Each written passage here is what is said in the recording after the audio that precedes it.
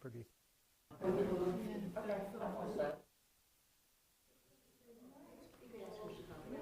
She wants to know where you can get these. I mean, they're supposed to be all over. We have like a whole stack, and we do have another one. So yeah, but I mean, I think they're kind of distributing from Arnold is Bear Pond. I would imagine the Savoy. I would imagine you can. We'll get one.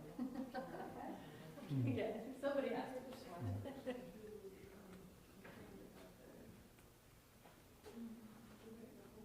Hello, welcome to the Kellogg-Hubbard Library. It's nice to have you this afternoon. The library is very pleased to be partnering with the Green Mountain Film Festival for the festival this week. Thank you to Oregon Media for filming and for being here. And hello to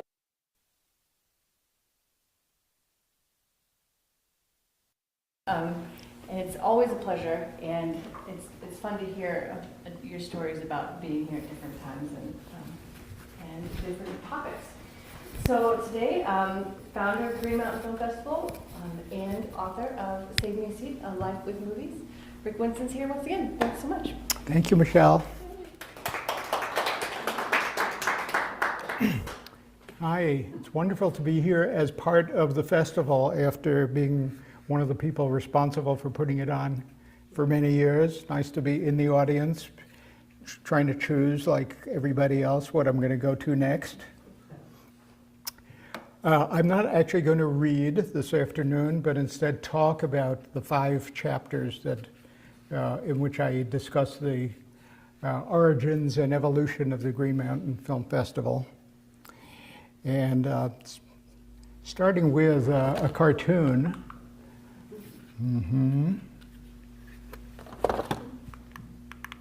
Now, why is the remote working not now, but it was 5 minutes ago?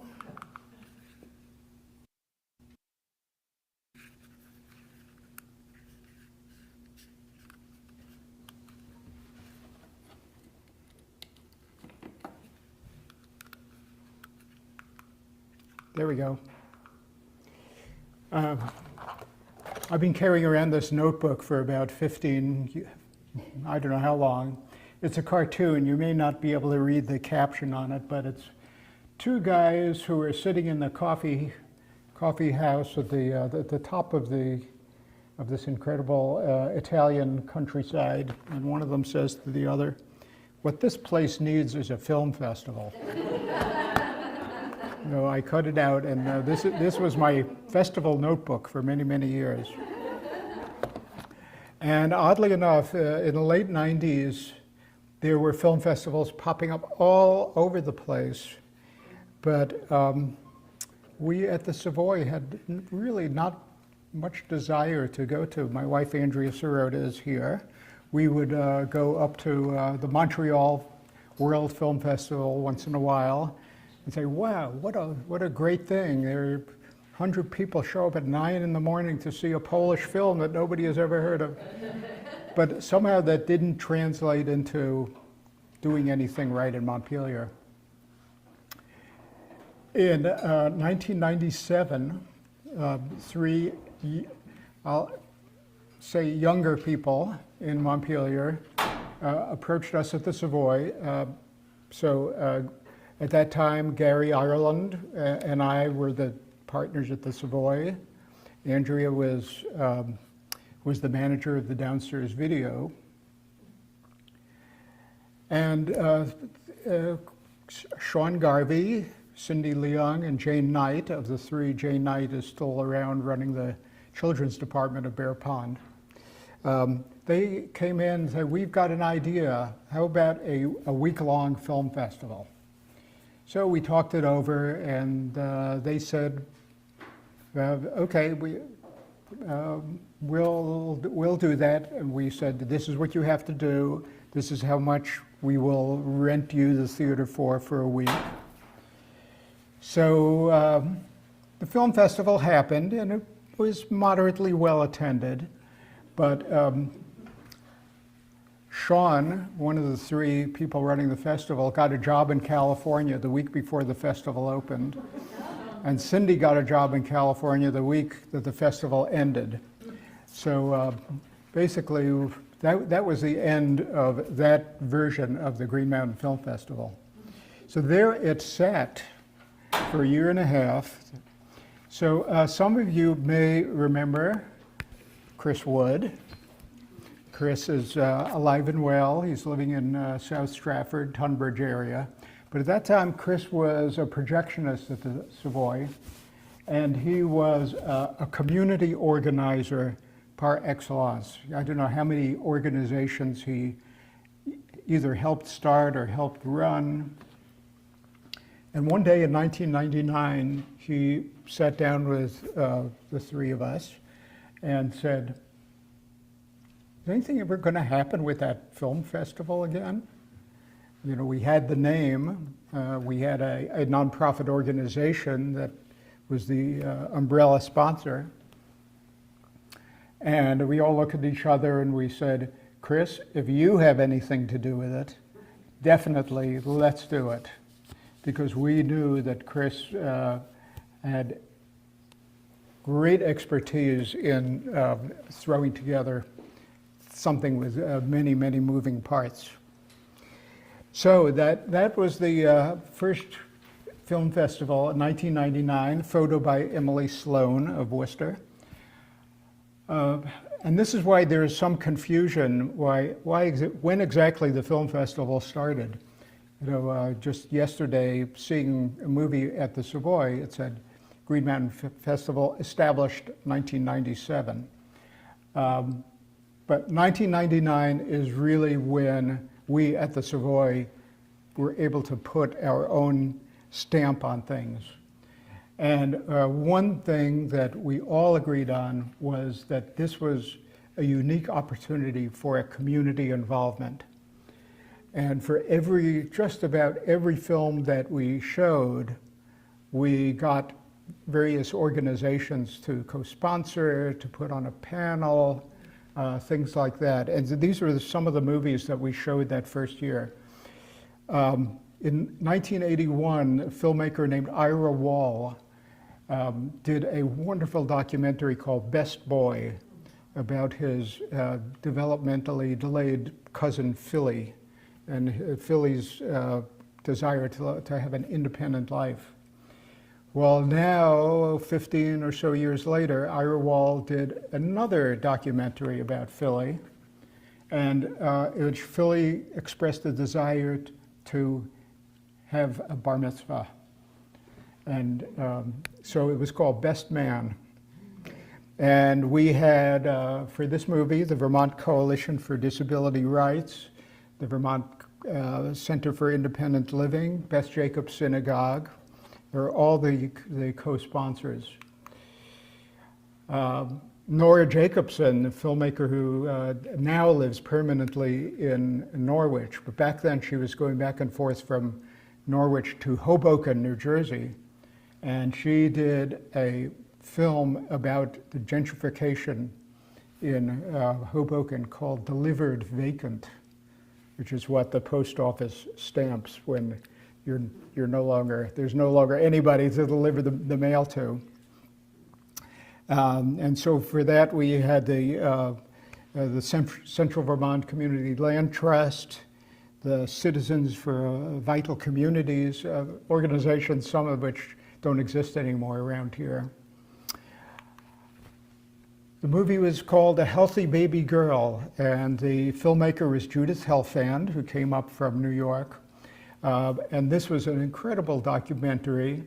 It was about her mother, who unknowingly, like many, many other mothers in the 1950s, took the synthetic DES drug, creating a lot of havoc for their family and health problems that persist for Judith, who is even as she was getting into her 40s. And so for that one, we had the Vermont Commission on Women and a whole bunch of other community organizations. The Farm was a documentary about the Angola prison, and we had the the commissioner of corrections who came to be on a panel with somebody you might know, Jeff Dworkin, a Montpelier resident who had done like death row appeals as a younger attorney. And we had scored quite a coup getting one of our feature films. That man's name is David Riker, and he did a movie called La Ciudad, the city, which was 4 discrete stories about immigrants from Mexico and Central America making their way in New York City. And at that time, there was quite an active support groups for El Salvador, Nicaragua, et cetera, here. And David was thrilled to be invited with his movie that had not been yet released commercially.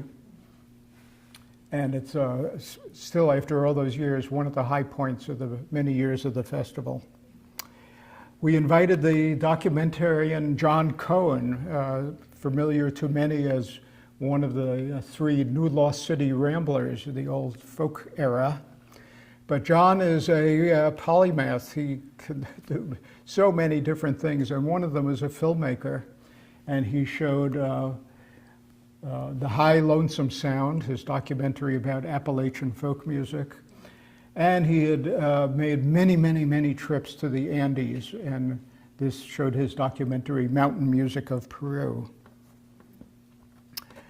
So that's some of the films from the first year, and it was clear that the festival was a great success. People loved it, and no sooner was it over than, okay, what do we do better next time? What do we do more next time? So right into every year we had asked a different artist in the area to design the cover. So this will kind of take you through the years. Ann Davis of Barrie, Ed Epstein of Montpelier, Ed Corin, Brookfield, and he gave us permission to use the moose as our logo for whatever we wanted. Mary Azarian, our woodcut of people waiting online outside the Savoy. And Hal Mayforth, who took the International Film Festival rubric literally. And there's a little story behind this last cover. That's John O'Brien, the filmmaker, and Fred Tuttle, who he immortalized in the movie Man with a Plan. John's just one of these people who everything he touches turns to art. And one day we got something in the mail addressed to the Savoy in a manila folder, a padded envelope, but on the other side of the padded envelope, so he was, this is a little homage to the New Yorker artist Saul Steinberg, and we have the Green Mountain Film Festival as the separation for before the festival and after the festival, this way to summer, holidays in the rearview mirror. So we said to John, this would make such a great cover for the festival. He worked on it and worked on it and worked on it. He just couldn't get it right. He said, but I got another idea, and how's this? And it turned out to be one of the most popular programs we ever did.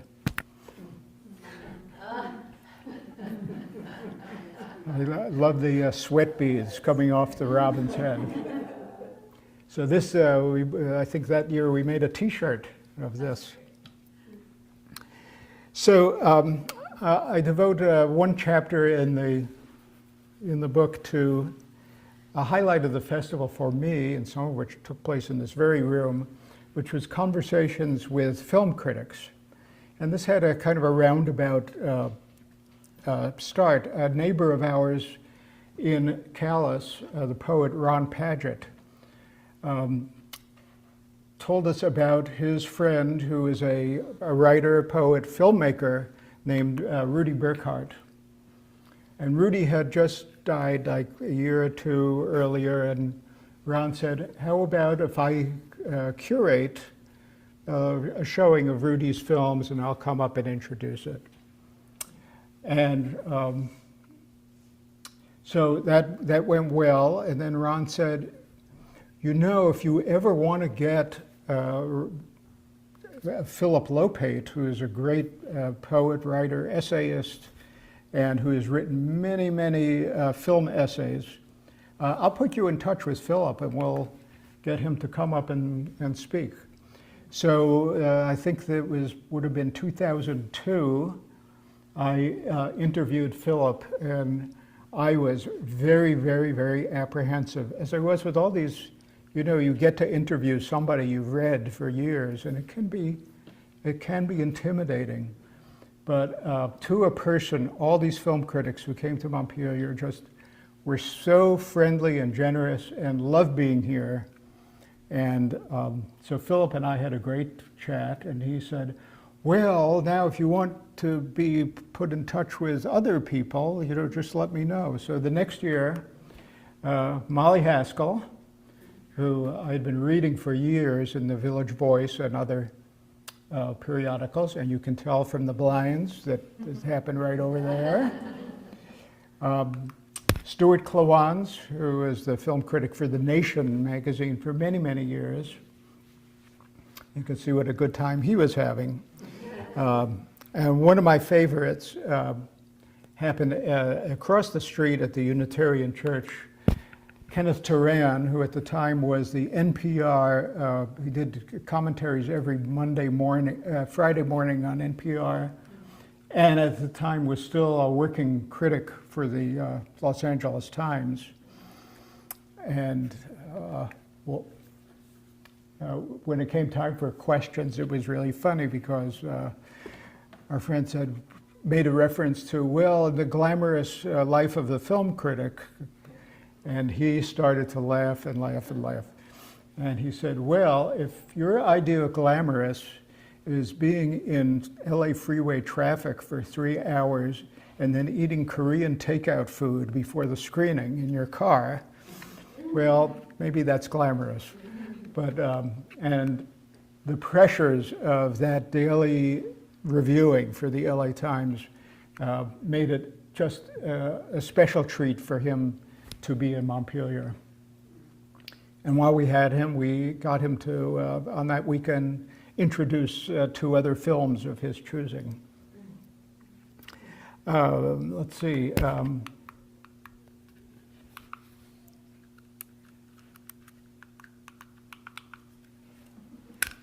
So much for that remote.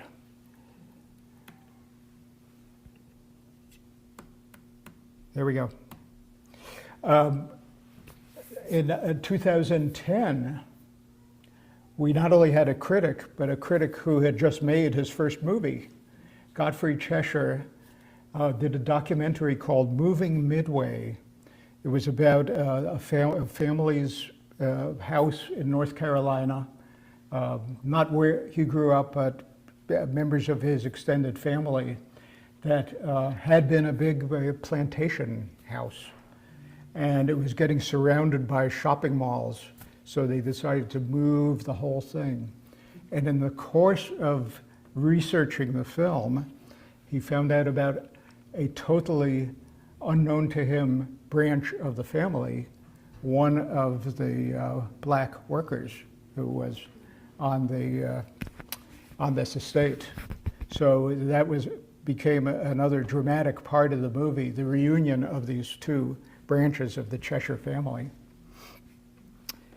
So the next year, the film critic was Gerald Peary, who wrote for many years for the Boston Phoenix, and he too had made his first film, A History of American Film Criticism. So that was also a great treat. So another chapter in the book is devoted to the music that happened at the festival. And the Savoy, if you can picture the Savoy, has hardly any room up front to fit more than 3 or 4 people. But we were showing, our second screen was at City Hall. and there was a lot of room for a lot of things to happen. And one of our favorites was, we did not have Leonard Bernstein here, no. But I don't know how many of you remember way back the TV show called Omnibus. Yeah, some of us grew up with it. A great program of culture that was on Sunday afternoons. And this is a program that Bernstein did about Beethoven's Fifth. And he did 4 different shows for Omnibus. And in one of those coincidences that is like too much to believe, the 2 forces behind the TV show Omnibus were Alistair Cooke, who was the writer and host of the show, and the TV producer Robert Saudek, who had the idea to do the score on the floor of the studio, and many other ideas for what was going to be happening on camera in Omnibus. Now, what are the odds that Alistair Cooke's daughter and Robert Saudek's son lived within 10 minutes of Montpelier? Susan Cook Kittredge, who at that time was living in East Montpelier, and Dick Saudek, who is still living in Montpelier.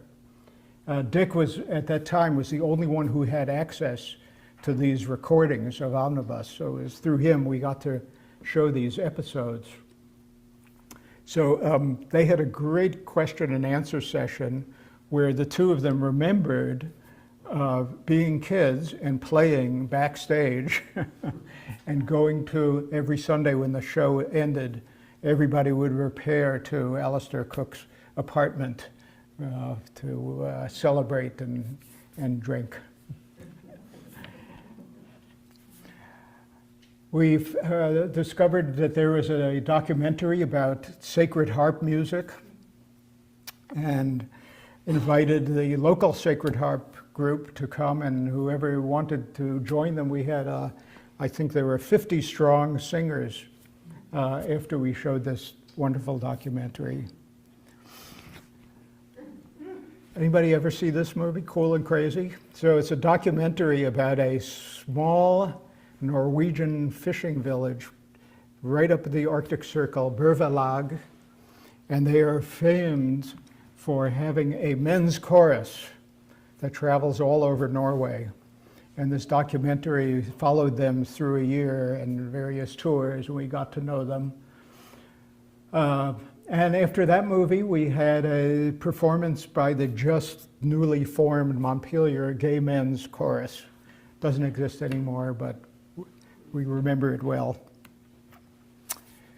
The man at the piano is named Bob McQuillan. He is kind of the dean of the New England contradance musicians. At the time, he was 80 years old, and one of his young proteges named David Millstone, who was himself a contradance caller, did a documentary film about Bob McQuillan called Paid to Eat Ice Cream. And we were able to have think of it as what they call a hat trick. We showed the movie with David and Bob answering questions, and then everybody repaired across the street for a contradance with David calling and Bob playing the piano with his band at the time. That was a memorable evening. So I had an old friend from teenage years who lived in Brattleboro at the time, Peter Tavelin, who is a remarkable jazz and classical musician who made a specialty of writing his own scores for silent movies.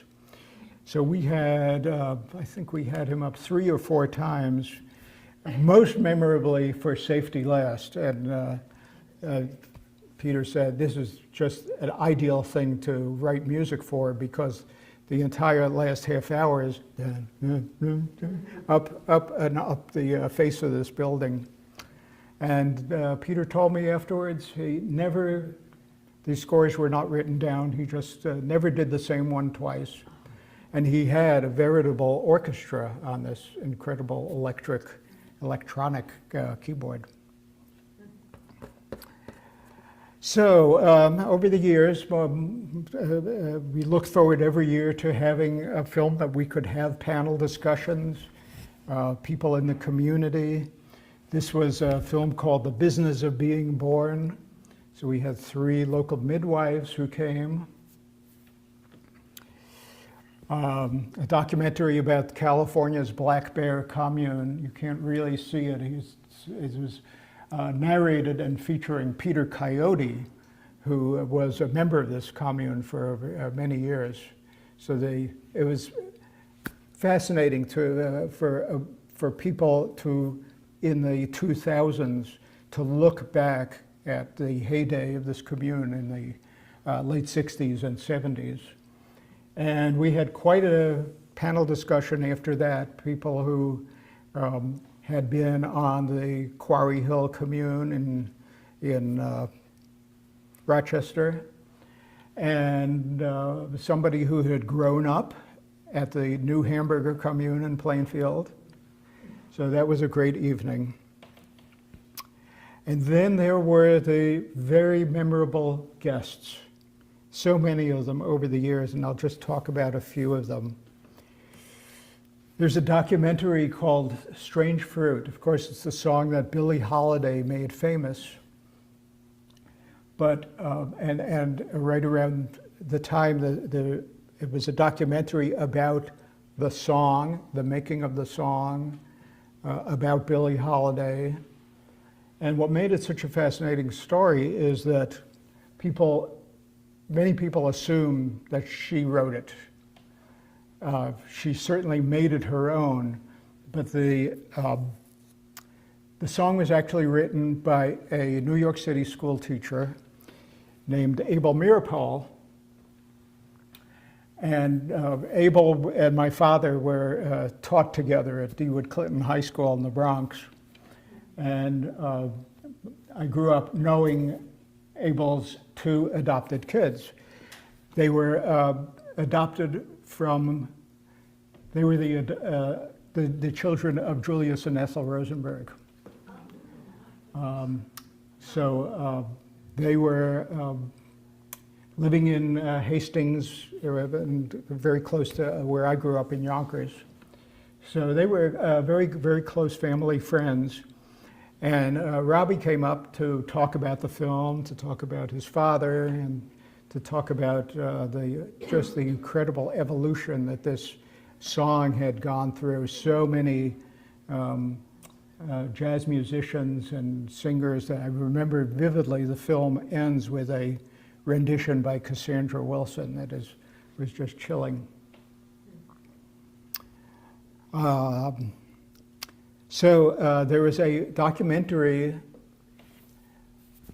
called Burma VJ, and it was about the VJ stands for video journalists, and it was about the citizen journalists who covered all the tumult that happened when the military took over in Burma before it was Myanmar. And through a friend of mine who is a Zen priest out in California, he connected me with 3 recent refugees, monks who had come over recently and were staying in upstate New York. And this was really an incredible experience. We had one show where the monks appeared, but another show in which 2 people from the Vermont Resettlement organization came, and one of whom was Burmese. And he had, at this show, acted as their translator, but at the second show, he told his own story about having to live in a refugee camp for many years and how he got out of that. This is a very unusual film for us to show. I don't know if anybody has seen it. It's called Harvard Beats Yale 29-29. So it is a Not just a sports documentary. So there was a game that was played in late, I think it was in 1970, 69 or 70, the height of the Vietnam War. Harvard and Yale had this incredible rivalry, and Harvard was, the people who were on the team were all, many of them scholarship students. They were a real scrappy team.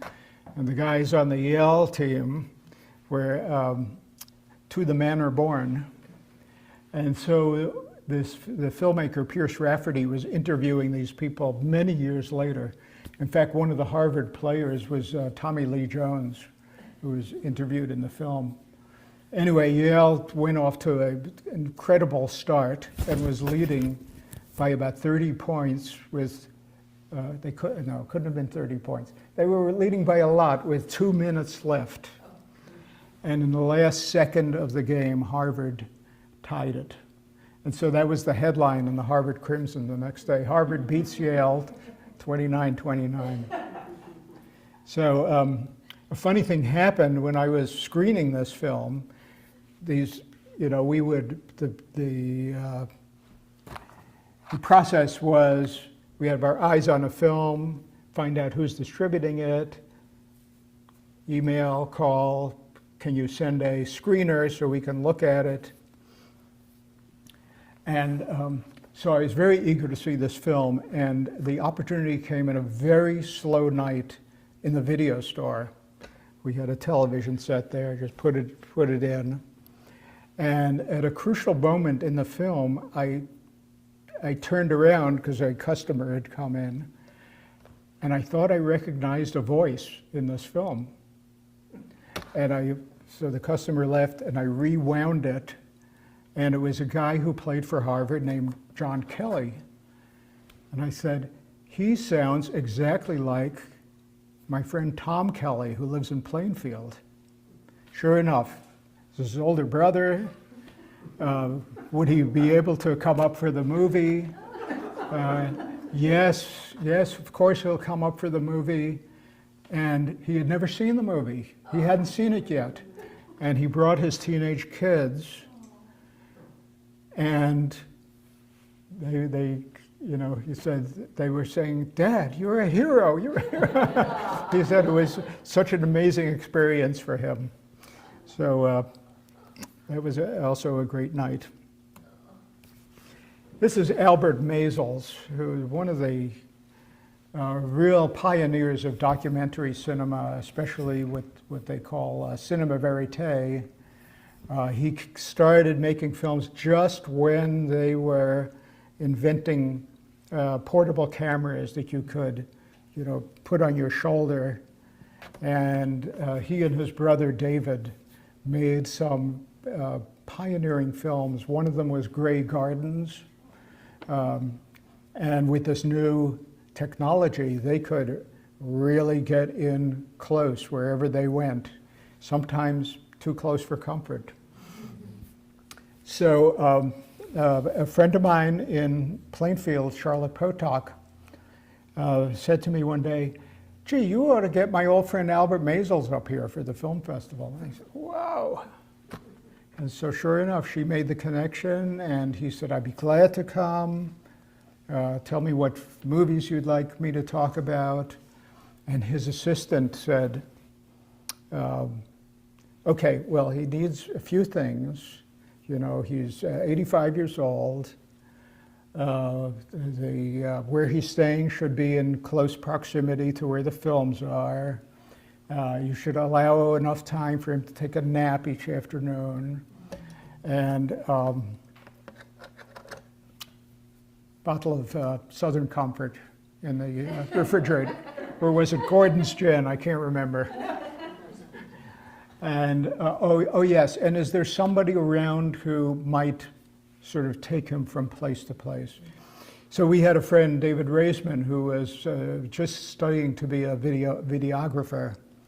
And David was just thrilled to be Albert's chaperone. Well, it turns out Albert didn't want any naps.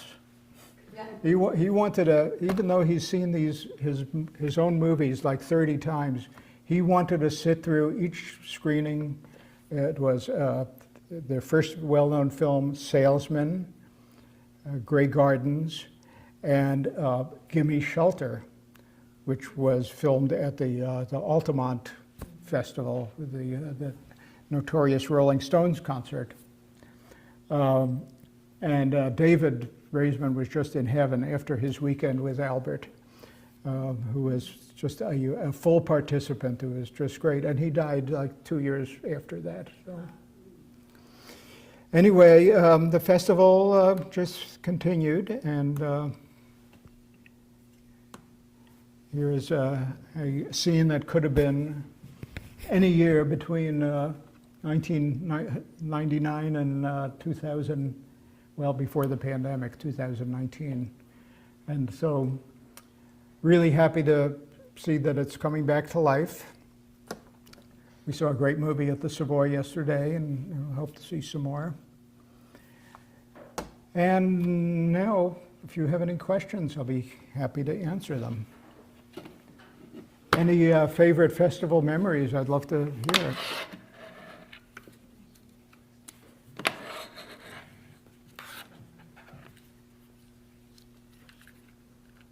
Question about the Monks movie? About the Monks movie, yeah. Was that during the Aung San Suu Kyi?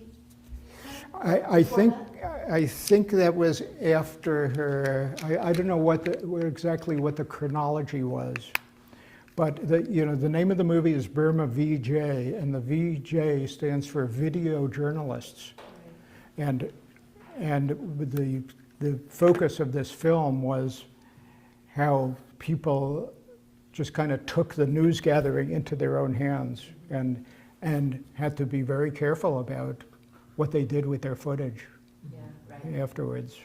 I think Aung San Suu Kyi may have been in exile at that point. Yeah.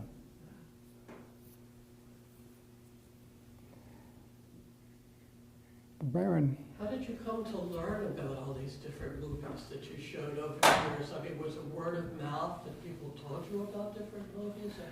I mean, like something like the movie about Angola and Louisiana? Yeah. There were a number of ways we found out about these films. Andrea and I would go to festivals in Waterville. In Montreal, sometimes in Lake Placid, sometimes we'd see a film, ooh, we've got to find out who's distributing that one.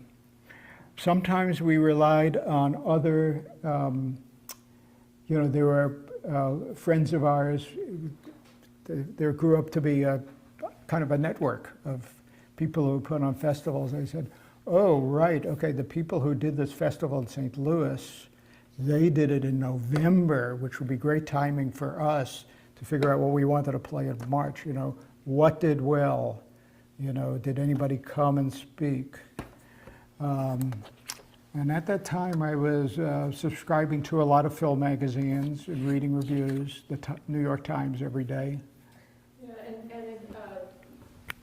in those days, we were getting the paper New York Times we buy it every day. And there were so many films reviewed.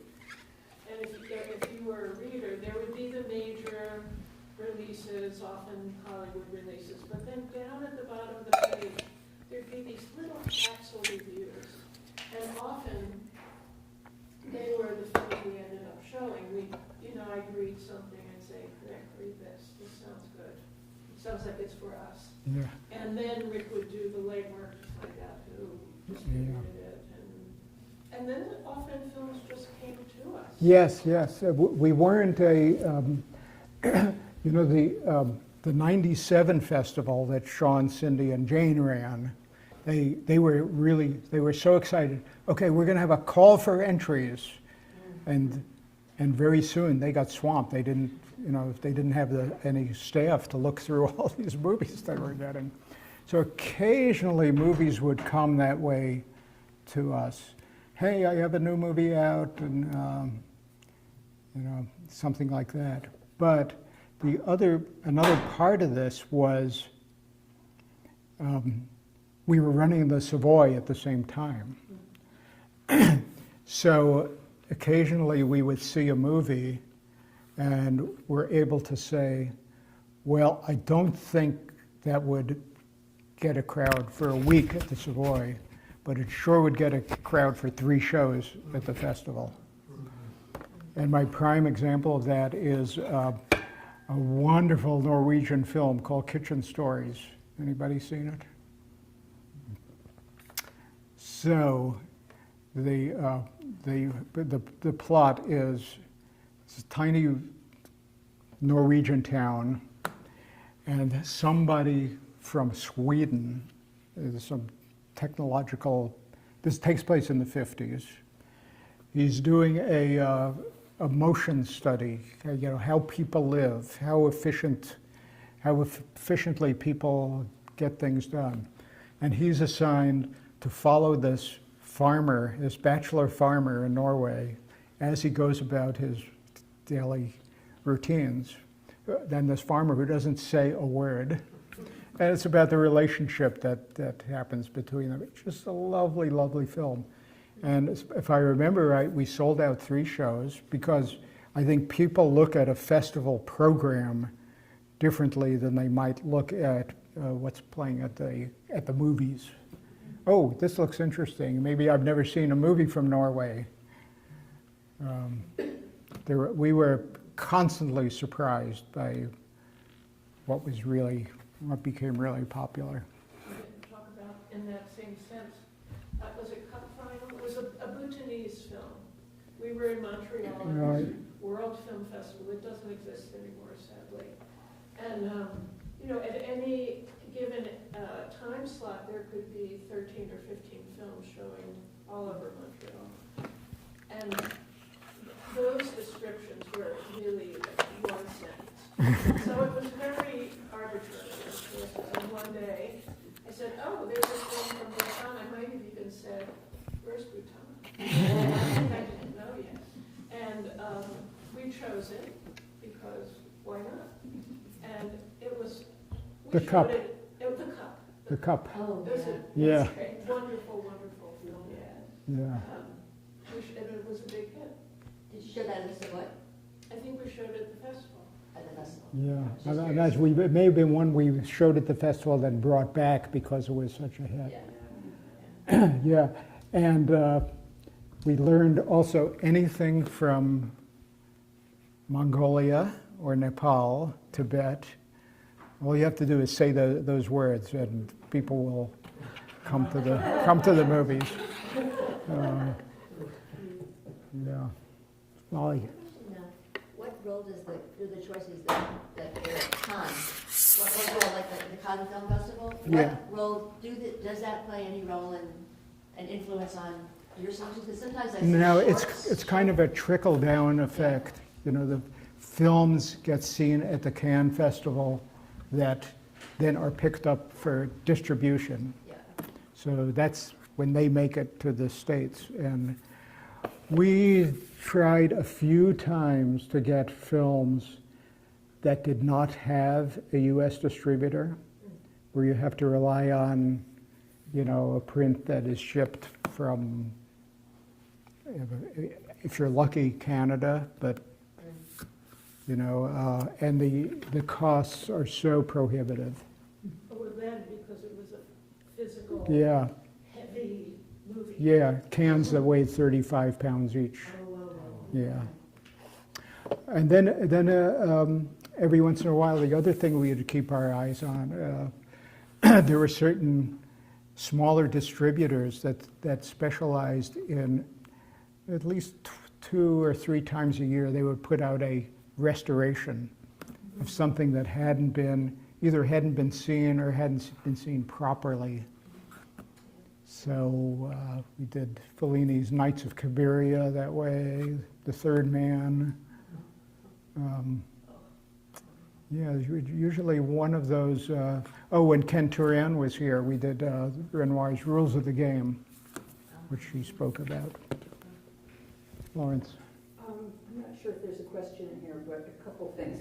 I was struck by the number of coincidences you reeled off. It's like, oh yeah, and Alistair Cook's son happened to live down the road. We discovered, and this guy walked into the store, and he was turned out to be. Yeah, yeah. And it's like the hand of God was in this or something. Yeah, well, or, yeah. That sounds like a whole other book for you to offer as a project, because it really is remarkable. It was 5 or 6, I was counting, I don't count. Yeah. But I just, I talked about my own coincidences, but it happened too with other people who were on the festival committee. Oh, I have this friend who's a screenwriter, and she'll come up if we show, this movie. So it's sort of right place, right time, right people, all Right. magically. Yeah. My question, I do have a question. Yeah. Did you tailor this to what your knowledge of the Montpelier audience was? Was there anything special about that? Or different than if you were doing exactly the same thing in upstate New York somewhere? Mhm. I think you can speak to this too. What Rick hasn't described yet is how films were selected. So Rick was nominally and in fact, the programmer. But we had a committee of up to 10 people, I think, who would, so these films were in the early days available on videotape, what we called preview screeners, and then later DVDs. And so somebody for example, would come in and check out one of these films, and we had a very kind of loose review form. And one of the questions was, did you like this film? Why not? Then, even if you didn't like this film, do you think this would be of interest to whatever you think our audience is? And often the answer was, I didn't like it, but I think there would be interest. And that, in fact, happened when we finally would show the film. Great crowds, something maybe I didn't like or Rick didn't like, would say, okay, this is how it is. So we were not alone in choosing these films. But in fact, it's also kind of, at times it seemed kind of almost arrogant to me that it was our taste that was making these choices. And I think, look, who are we to, impose our taste on a whole city? But it was also our knowledge of the area and to have the idea, oh, we're going to show this film. We should get that person. We should get that organization. Yeah. All this was already there. There's one little story about the screening committee that I tell in the book. Where one film, it was I don't know if anybody has heard of Julia Butterfly Hill. Yes. Okay, she sat in a redwood tree for a year or something like that. So somebody made a documentary called Butterfly, and so we got the things back from the screening committee, and one person said, "I wanted to strangle this person before the movie was over. She made me so mad. She was so privileged, so self-righteous. But we should show it because there's Vermont Forest Watch, there's this organization, there's that organization. And sure enough, people came and they loved it. And my friend Susan Ritz would say, okay, what's going to be our butterfly film this year? The other thing that was interesting and unintended for the most part is how often, we'd make these decisions about yes, this, no, that, and a theme might emerge by the time the selection was done. So one year, it turned out we had, half a dozen films about people with disabilities of various kinds. And so that became something we showcased and promoted in a particular way. Well, there was the music. Yeah, There was a lot of music. But then what would happen invariably every year was that somebody would come up to us afterwards, having just seen 12 or 15 films, and said, did you know how many of these films have to do with mothers and daughters, or this theme or that theme? And it had never occurred to us. But they were able to pick out their own themes, that one film really kind of spoke to another one. That was, You have people help you, you know, as part of that screen viewing. You had a group of people who screen. Did you do that at the beginning, or did that come later? I think we didn't really evolve the screening committee until the festival started to grow some. But boy, did we have great volunteers, well, and a lot of them. And we had a very active ticket office, and we were not doing anything by computer. It was really pre-digital ticketing. And you know, envelopes and tickets and counting the tickets, and you know, and so we had a great esprit de corps in this room that no festival goers could actually see. But they would come in and, you know, we'd all be laughing and having a good time. There were a few disasters, tickets getting lost, going through trash cans and.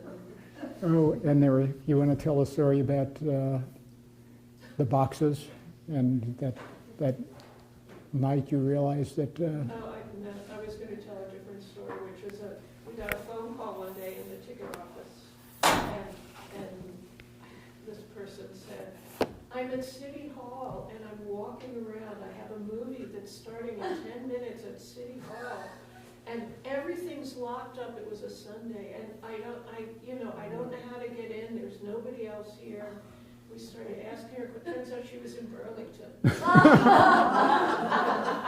But it took like 15 minutes to realize that she wasn't in Montpelier. So the story I was going to tell was that, you know, we had, I should have had a photo of that too,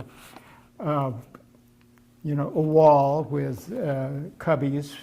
It was a very analog. Yeah, and you know, this was facing out with the number of the show, C23, you know, something like that, and envelopes and all that. And I think it was the day before before the ticket office opened. We were already open. And Andrea woke up in the middle of the night and she said, I did it wrong. This is going to be a complete disaster. I've got to get in there right away and redo everything. That festival did not get off to a great start. Yeah. Okay, well, if you have not seen my book, it's over there. I talk about not only the festival, but the history of the Savoy. I'm happy to sell it and sign it, and talk more about the festival if you want. Thanks for coming. Thank you.